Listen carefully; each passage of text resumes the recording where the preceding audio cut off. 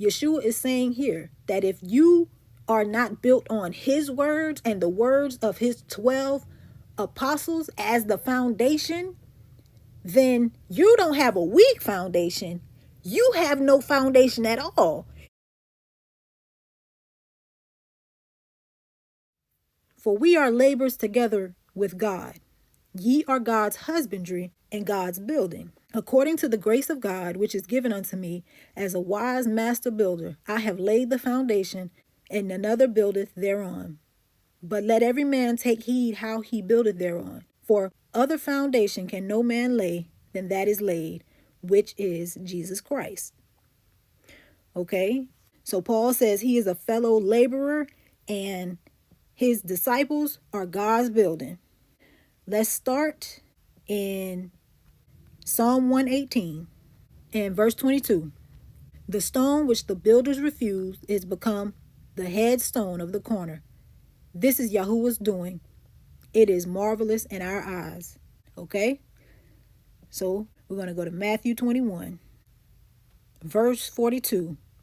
Yeshua saith unto them, Did ye never read in the scriptures, the stone which the builders rejected, the same is become the head of the corner?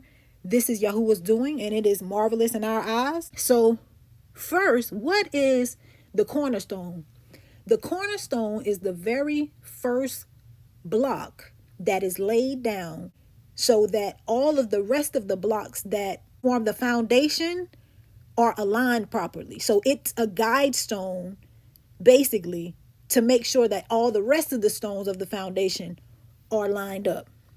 Now, who is the first stone? The first stone is Yeshua. Yeshua is the cornerstone. Okay? So, who then are the foundation? Let's go to Revelation chapter 21 and verse 10. And he carried me away in the spirit to a great and high mountain, and shewed me that great city, the holy Jerusalem, descending out of heaven from God, having the glory of God, and her light was like unto the stone most precious, even like a jasper stone, clear as crystal, and had a wall great and high, and 12 gates, and at the gates 12 angels, and names written thereon, which are the names of the 12 tribes of the children of Israel. On the east 3 gates, on the north 3 gates, on the south 3 gates, and on the west 3 gates. And the wall of the city had 12 foundations, and in them the names of the 12 apostles of the Lamb. So now we see this city has 13 stones.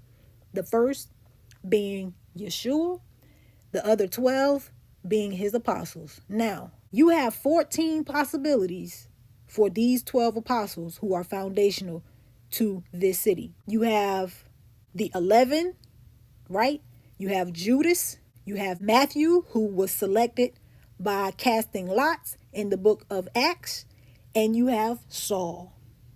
So it is up to you to properly discern who the 12 are. It's not 13 extras, it's 12.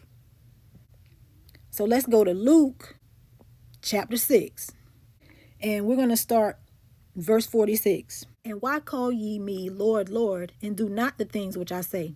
Whosoever cometh to me and heareth my sayings and doeth them, I will show you to whom he is like. He is like a man which built an house and digged deep and laid the foundation on a rock. And when the flood arose, the stream beat vehemently upon that house and could not shake it, for it was founded upon a rock. But he that hears and does not is like a man that without a foundation built a house upon the earth, against which the stream did beat vehemently, and immediately it fell, and the ruin of that house was great.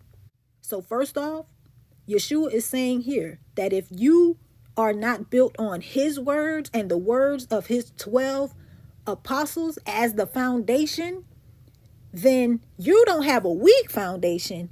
You have no foundation at all.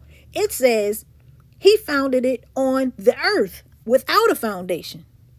Okay, so back to Corinthians. We see in 9, Saul says that he is a laborer together with God, and his followers are the building.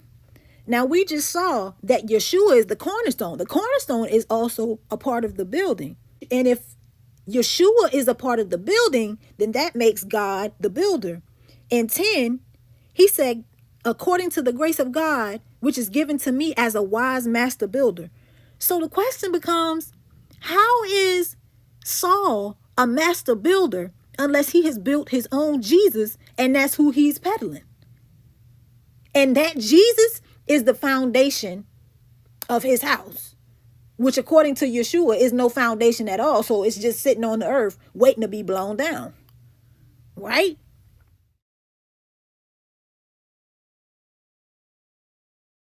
O wretched man that I am, who shall deliver me from the body of this death?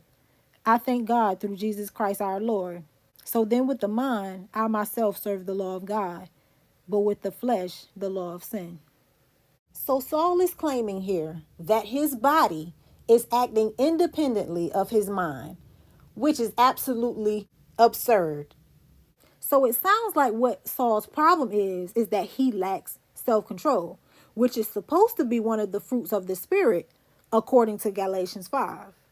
This serving the law of God with his mind and the law of sin with his flesh, this is called double-mindedness, and it is the result of hardness of heart.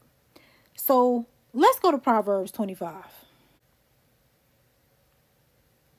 Verse 28. He that hath no rule over his own spirit is like a city that is broken down and without walls. Now, Saul told you that he was a master builder. And we've already seen that whatever it is that he is building doesn't have a foundation. And so now Proverbs is telling us that it doesn't have walls either. So what exactly is left of Saul's building? A frame? We need to start doing foundation inspections to see if we are founded on the rock or if we are sitting on the earth.